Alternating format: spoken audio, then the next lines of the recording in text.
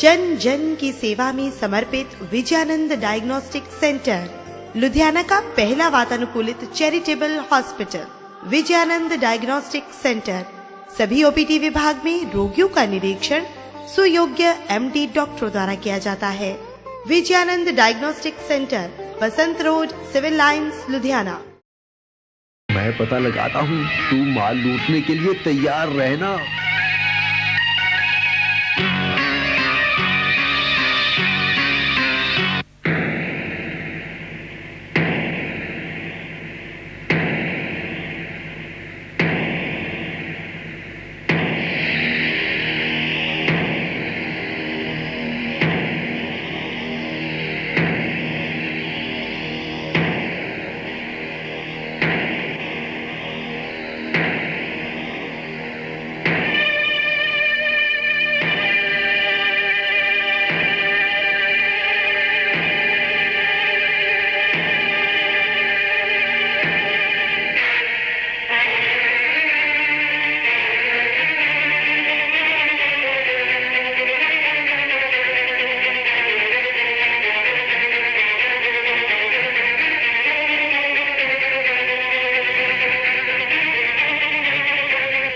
किस दुष्ट का काम है, सब वस्त्र उठाकर ले गया। भाई, जिसको वस्त्रों की आवश्यकता थी वो उन्हें ले गया। इसमें इतना दुखी होने की क्या बात है? और फिर ये सब तो मेरे प्रमाद के कारण हुआ है। अतः मैं अपने प्रमाद का प्रायश्चित करूंगा। मैं अतिरिक्त वस्त्रों से रहित रहकर अपने प्रमाद का त्याग कर सच्चे साधु धर्म का पालन करूंगा और इस चतुर्मास में नए वस्त्रों को ग्रहण भी नहीं करूंगा। महाराज, उस चोर को ढूंढकर अवश्य दंड दिया जाए। उसे किस बात का दंड देना चाहते हैं आप? मुझे तो मेरी घोर निद्रा का दंड मिला है। एक साधु को इतना उन्मुक्त होकर सोना शोभा नहीं देता। जो व्यक्ति सोता है वो अपना सर्वस्व खो देता है।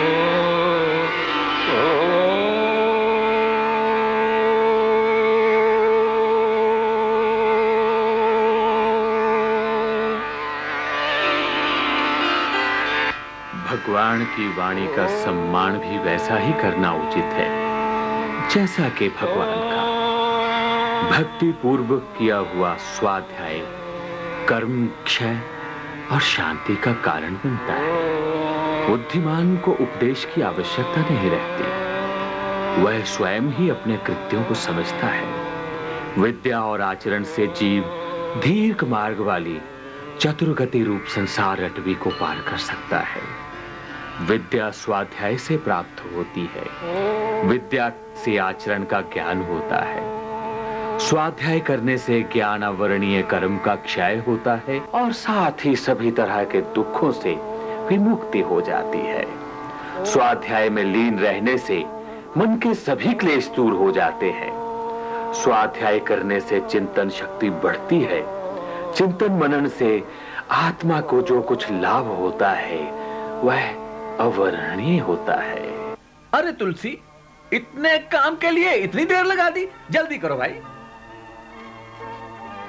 नमस्कार जोधामल जी। आओ भीम सिंह जी, आओ। कैसे हैं आप? आपकी दुआ सब ठीक चल रहा है। आप अपनी सुनाइए।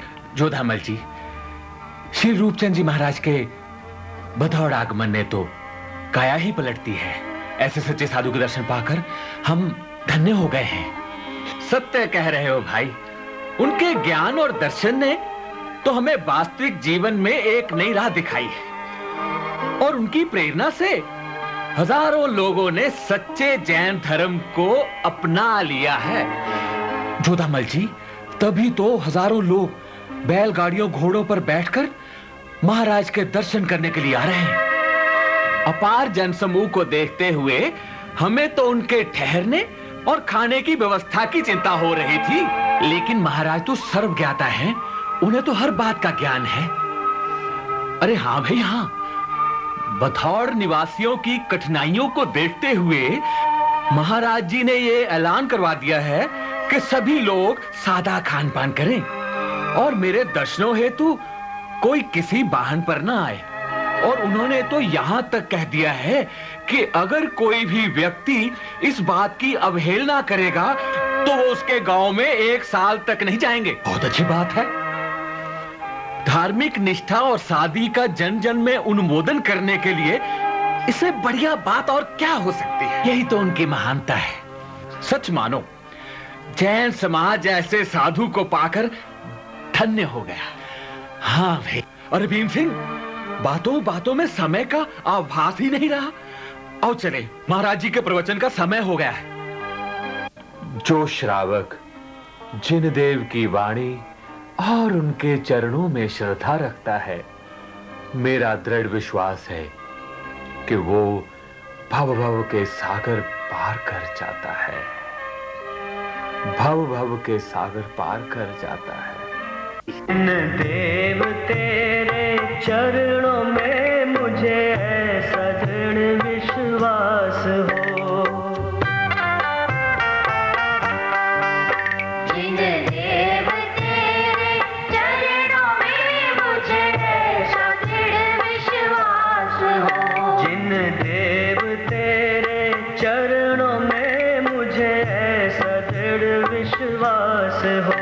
जीवन समर में हे प्रभु मुझे एक तेरी आस हो। जिन देव तेरे चरणों में मुझे ऐसा दृढ़ विश्वास हो।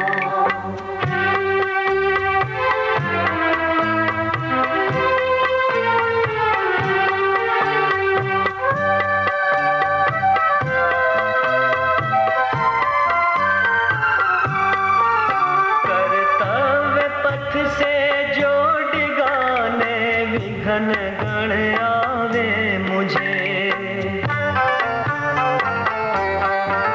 कर्तव्य पथ से जो डिगाने विघन गण आवे मुझे। संतोष भक्ति और दया का मंत्र मेरे पास हो। जिन देव तेरे चरणों में मुझे ऐसा दृढ़ विश्वास हो।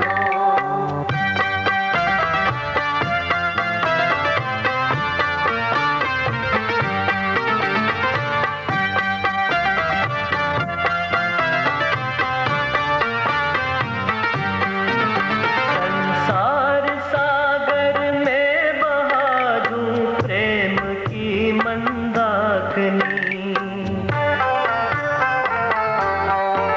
संसार सागर में बहा दूं प्रेम की मंदाकिनी। दिल में तड़प हो प्रेम की और प्रेम जाल की प्यास हो। जिन देव तेरे चरणों में मुझे ऐसा दृढ़ विश्वास हो।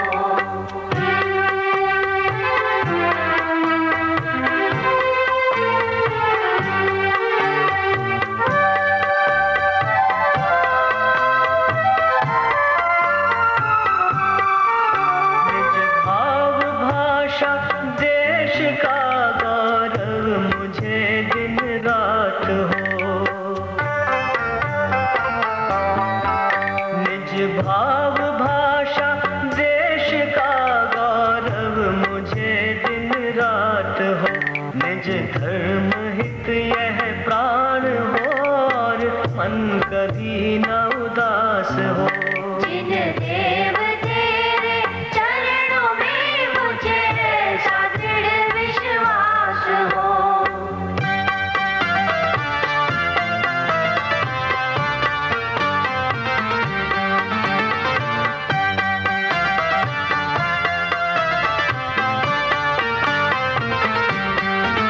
संसार सागर में न भटके नाव मेरी है प्रभु।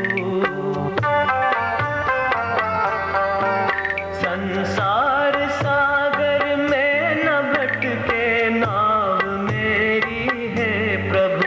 मैं खुद खिवैया बन सकूं वह शक्ति मेरे पास हो।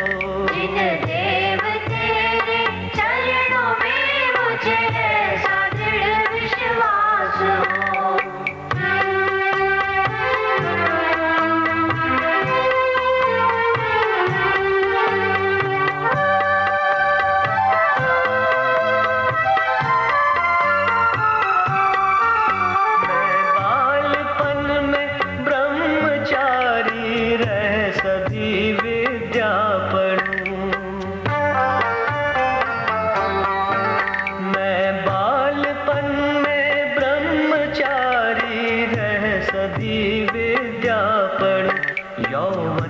दशा में बन के शावक अंत में संन्यास हो।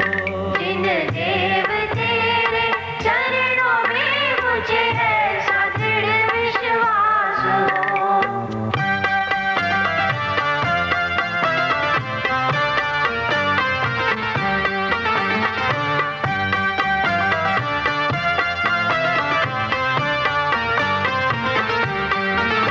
यह आत्मा ही बन सके ऐ राम खुद परमात्मा। यह आत्मा ही बन सके ऐ राम खुद परमात्मा। हे नाथ मेरी आत्मा का अंत मोक्ष निवास हो। जिन देव तेरे चरणों में मुझे ऐसा दृढ़ विश्वास हो। जिन देव तेरे चरणों में मुझे ऐसा दृढ़ विश्वास हो।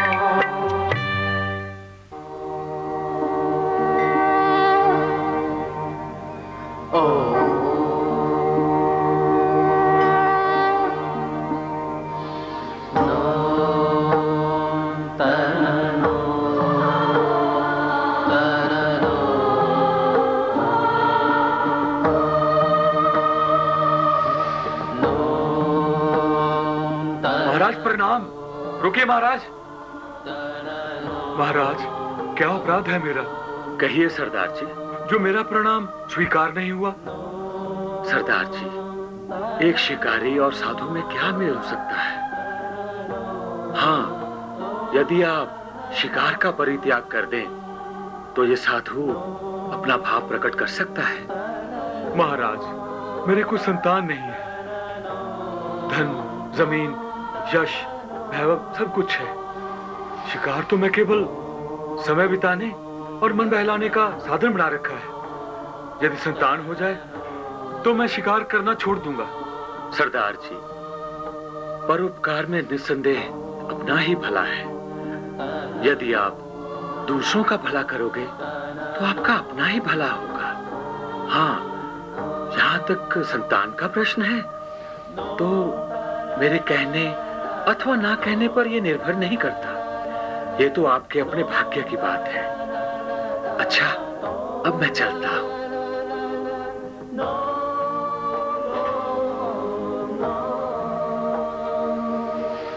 महाराज, आपके कथनानुसार मैं शिकार का परित्याग करके अच्छे काम करूंगा। विनया मूलो धमो, विनया मूलो जिन शासनो। विनय से संपत्ति, अविनय से विपत्ति। विनय से गुणों का विकास और दुखों का नाश।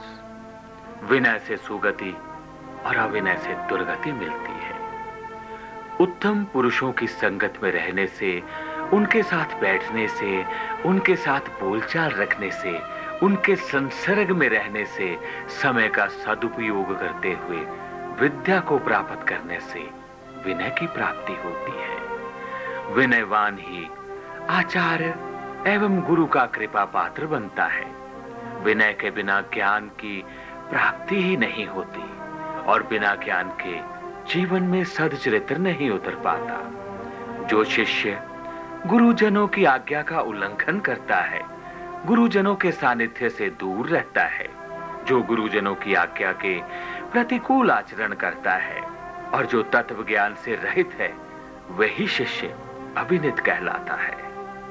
विनय के अनेक अर्थ हैं, जैसे कि नम्रता, सभ्यता, भक्ति, प्रणाम, धर्म अनुशासन, शिक्षा, संयम, अनुवर्तन, दूरीकरण, अनुनय इत्यादि।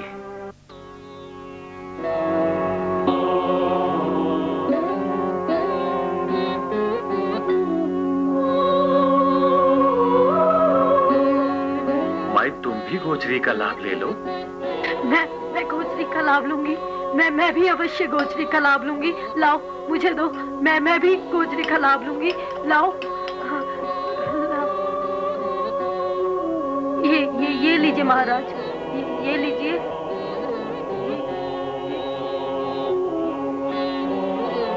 माई जरा देख कर डालो। मैं देख कर डालूं? हाँ माई जरा देख कर डालो।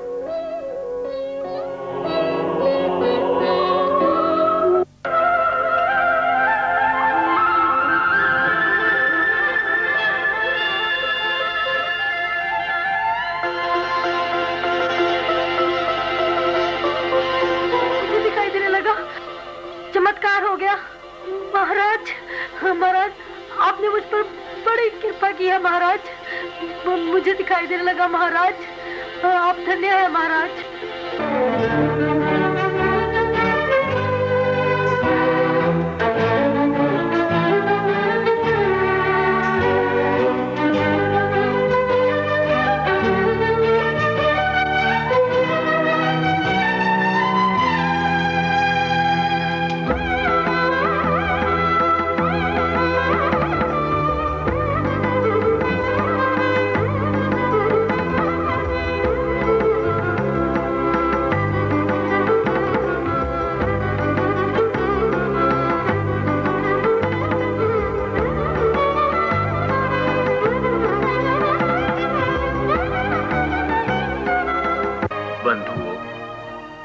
भगवान महावीर की दिव्य वाणी में कहा गया है कि जब मनुष्य संयमी होता है तब वह पूज्य बन जाता है, लेकिन संयम से जब गिर जाता है तब वह अपूजनीय हो जाता है।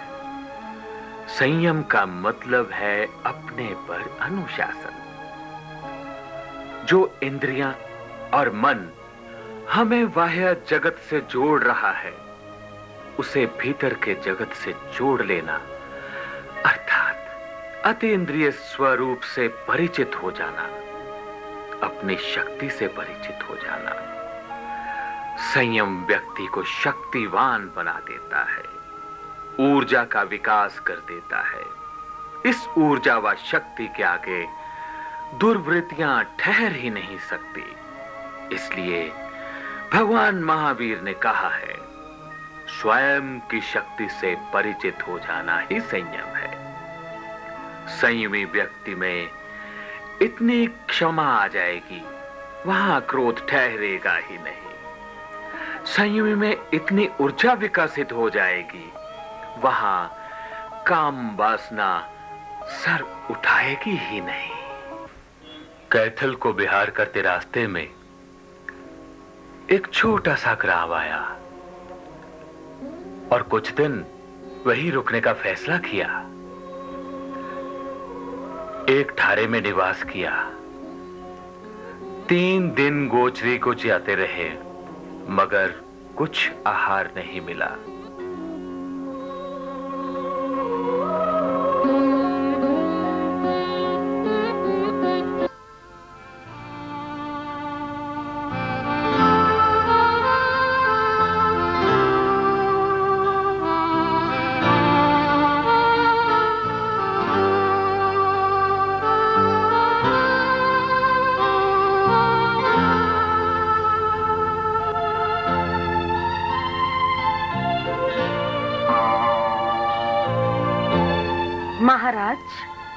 महाराज भोजन ग्रहण कीजिए महाराज। नंदी बहन, जैन साधु 42 दोषों को टालकर अष्टविध गोचरी पद्धति से ही पेट की भूख शांत कर सकता है।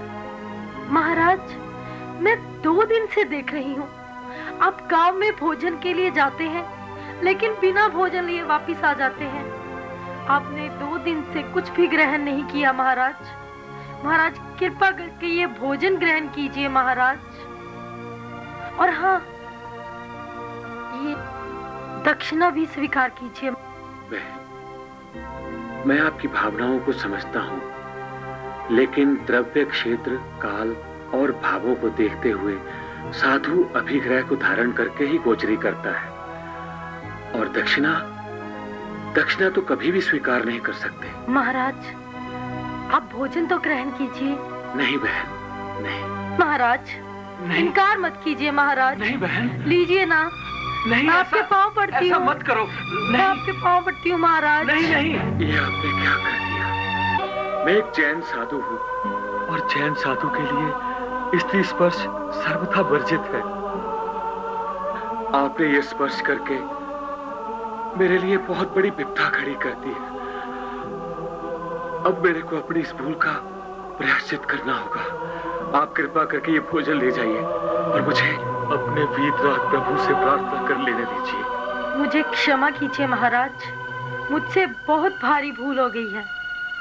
हे जिनेंद्र, मुझसे बड़ा अपराध हो गया है और मैं अपनी इस भूल का पश्चाताप करूंगा। मैं जरूर अपनी इस भूल का पश्चाताप करूंगा। मैं अपनी इस भूल का पश्चाताप करूंगा। हे जिनेंद्र।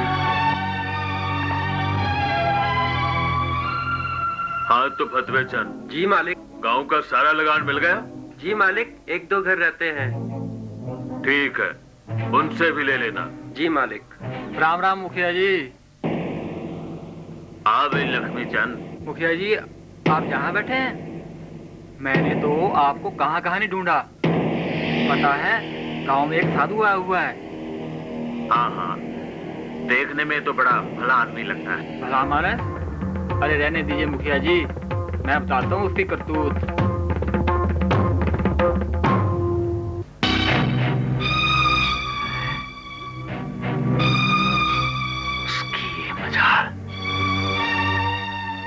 हिम्मत कि मेरे घर की इज्जत पर नहीं छोड़ूंगा मैं उसे, नहीं छोड़ूंगा। अरे घर की इज्जत पर हाथ डाला, मैं नहीं छोड़ूंगा उसे। आखिर वो अपने आप को समझता क्या है, नहीं छोड़ूंगा उसे। आओ लक्ष्मी चंद, हमारे साथ आओ। नहीं नहीं मुखिया जी, ये आप ही का काम है, आप ही जाइए। तो ठीक है, आओ फतवे चंद, आओ हमारे साथ।